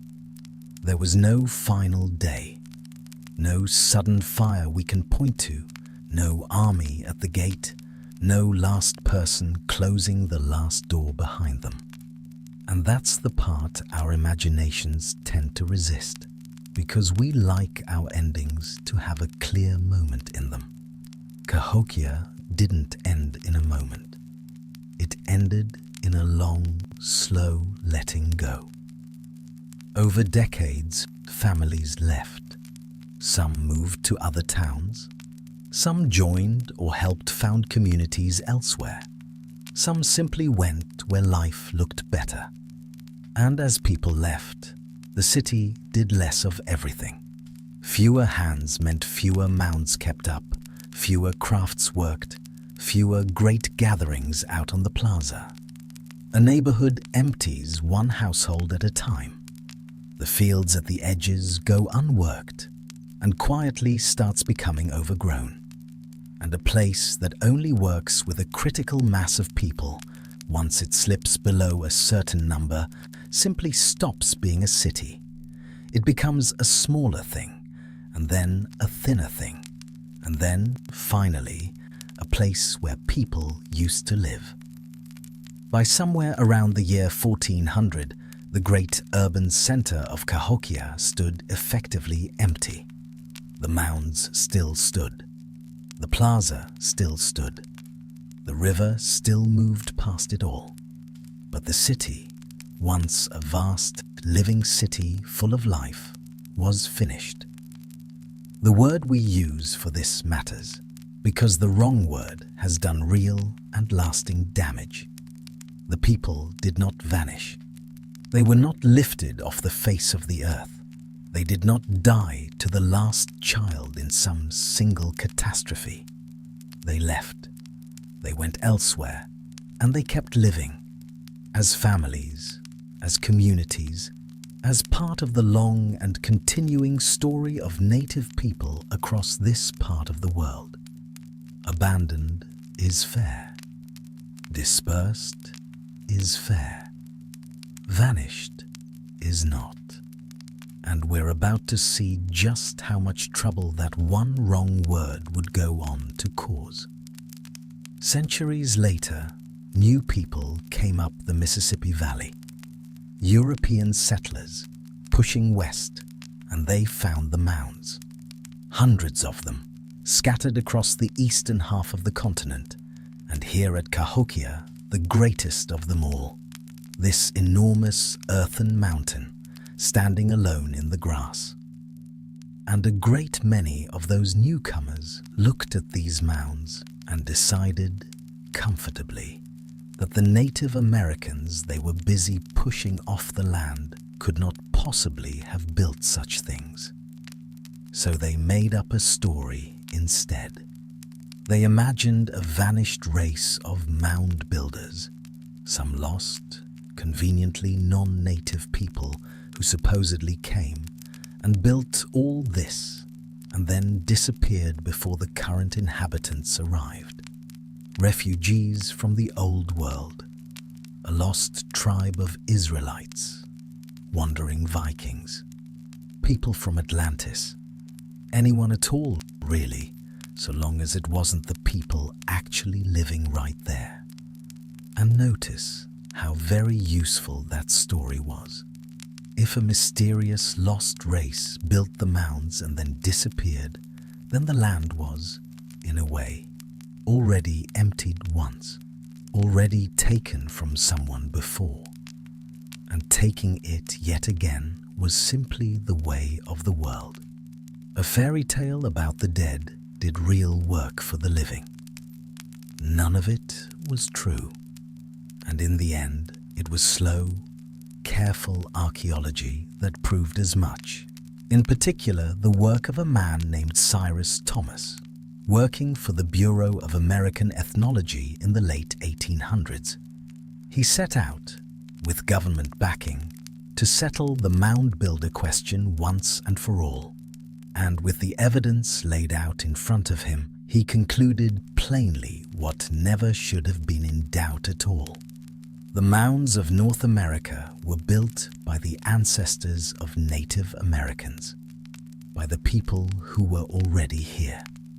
Cahokia is a Native American city, a Mississippian city, built by the forebears of people who were standing right there the entire time, being told that their own grandfather's work must have belonged to somebody else.